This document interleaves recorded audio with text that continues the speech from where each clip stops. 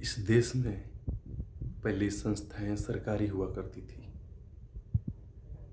फिर एक महान पुरुष, महामानव मोदी जी की सरकार आई थी। फिर धीरे धीरे धीरे धीरे धीरे धीरे सारी सरकारी संस्थाएं प्राइवेट में तब्दील होने लगी। ये वही देश है जहां उत्तर भारत में ज़्यादातर लोगों को अपने लड़की के लिए सरकारी दूल्हा चाहिए, और वो सारे लोग इस सरकार को ऐसे सपोर्ट कर रहे हैं जैसे आगे चल के वो खुद पछताने वाले हैं कि किसको सपोर्ट किया। क्योंकि भैया BSNL हो गया प्राइवेट, एयर इंडिया हो गया प्राइवेट, पोस्ट ऑफिस की तो हालत ख़राब है।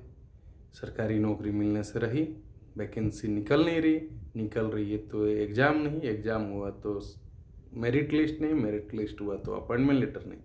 और ये सबके साथ हो रहा है, वो चाहे इस सरकार को कोई सपोर्ट कर रहा हो या विरोध कर रहा हो। ऐसा नहीं हो रहा है कि केवल कांग्रेस वाले को अपॉइंटमेंट लेटर नहीं मिल रहा है और बीजेपी को वोट देने वाले को अपॉइंटमेंट लेटर मिल रहा है। तो ये आपका जिम्मेदारी है कि आप समझो कि नुकसान आप सबका है। आपको सपोर्ट करना है करो, लेकिन आपको अपने हक के बात करने के लिए हिम्मत होना चाहिए। नहीं तो एक समय आएगा कि सब सर पे हाथ धर के रोएंगे और पूंजीपतियों के गुलाम बन के जिएंगे। वही पूंजीपति एक 10,000 15,000 का नौकरी देगा और फिर बोलेगा घाटा हो गया, इस साल इंक्रीमेंट नहीं दे सकते। लेकिन ये चीज़ सरकारी नौकरी में नहीं था। सरकार को इंक्रीमेंट देना पड़ता था, महंगाई भत्ता देना पड़ता था। आज पेट्रोल 100 का हो रहा है, सारी चीज़ों का दाम बढ़ रहा है, लेकिन किसी प्राइवेट नौकरी वाले का पगार नहीं बढ़ रहा है। जिन सरकार के समर्थकों को बहुत गुमान हो, वो जाके किसी अपने ही रिश्तेदार जो प्राइवेट में काम कर रहा हो उससे एक बार पूछ के देखें कि भाई ज़िंदगी कैसी चल रही है, कितना मज़ा है प्राइवेटाइजेशन में।